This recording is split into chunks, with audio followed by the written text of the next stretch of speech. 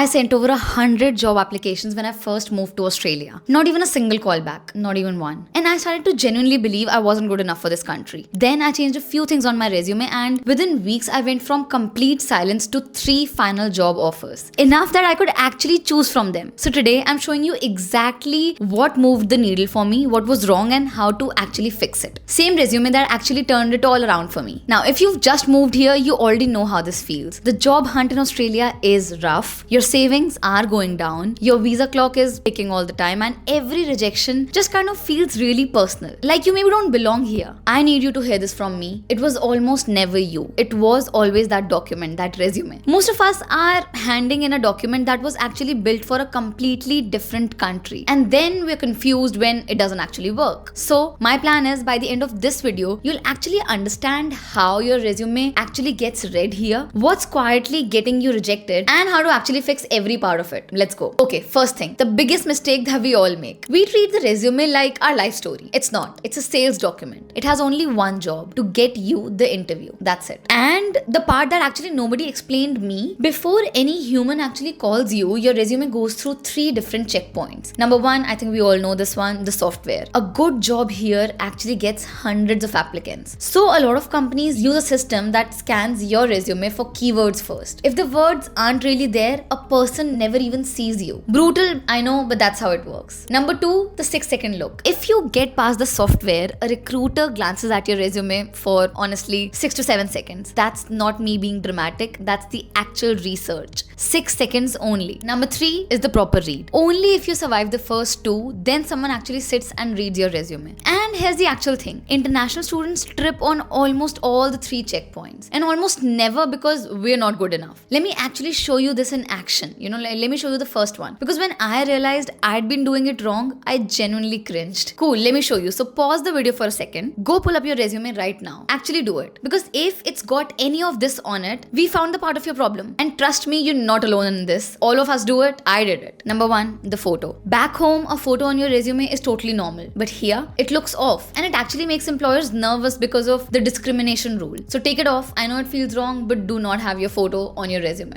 Another thing that I've realized is that your date of birth, your age, your marital status, all of it, you need to remove this. Nobody here puts that on a resume. When it's actually on there, it quietly tells them, I don't know how things work here yet. Your full home address. We don't need that. Just your suburb and state. For example, Canberra, ACT. That's it. Done. And that objective line at the top, something like seeking a challenging role to grow my career. Look, I'm telling you honestly, nobody hiring you cares what you want yet. Harsh but true. We're going to replace that with something way better in a minute. I still remember deleting my photo and my date of birth and my full address from my resume and feeling a bit weird. It almost felt like I was hiding something. But I wasn't. I was finally just understanding and speaking the language that employers wanted to see. Now the next one is work rights. This one's actually big for us international students. And I feel this is the one I see people get wrong constantly. Your visa, your work rights, these are the things an employer is actually worried about and wants to see, whether they say it or not. Don't hide it and hope they don't ask. Put it right up the top. If you've got a PR or if you're on a work visa or on a student visa, just say it. Right. So you've taken off what doesn't belong. Great, good job. Now let's actually win those 6 seconds. Because the top third of your page on the resume, that actually decides if they keep reading it or bin it. Now, the first thing that a human actually reads is the little 3 to 4 line intro at the top. This is actually what replaces that useless objective line. It's basically just who you are, how much experience you have, and a couple of real strengths that you can write and the job you're after. Let me actually show you the difference between a weak one and a strong one. So a weak one would be hardworking, passionate individual seeking a challenging opportunity. Really doesn't say anything, right? It could literally be anyone and no one cares what you're seeking. But a strong one is business analytics graduate with 2 years experience in reporting, strong in Excel, SQL, Power BI with a track record of turning messy data into decisions that leaders can actually use. See how you can actually just picture this person in front of you? That's the difference. And one thing for us international students specifically is that don't apologize for being new. Don't over-explain your whole visa situation here. This top intro is only for what you're good at. That's it. Nothing else. Cool. Let's move on to the next section, and honestly, this is the most slept on part of the whole resume. It's basically just a simple list. 8 to 12 skills and tools. And I feel here's the tricky part. You pull them straight from the job ad, word for word. The biggest mistake I see people make is that they write pretty little sentences here. Skilled at leveraging leveraging data to drive insights. The software can't read that. It's looking for exact words. If the ad says stakeholder management, you write stakeholder management, not something like I'm good with people. Same skill, only one of them gets you through, which is writing it exactly word for word. So here's your homework, and this one thing gets more people past that software than anything else. Open the job ad, highlight every skill it mentions. That's what I do. The ones you actually have, and put them in a list in the exact words that the job has. Okay, so this next section is actually where it's won or lost. Get this right, and honestly, I can almost guarantee you the interview. Duties versus achievements. See, I'll tell you one thing from my experience. Recruiters don't want a list of your job duties. They want proof you actually did something. And that's literally the whole game. Basically, duties versus achievements. And I'll give you the formula. What you did plus the result plus a number. So,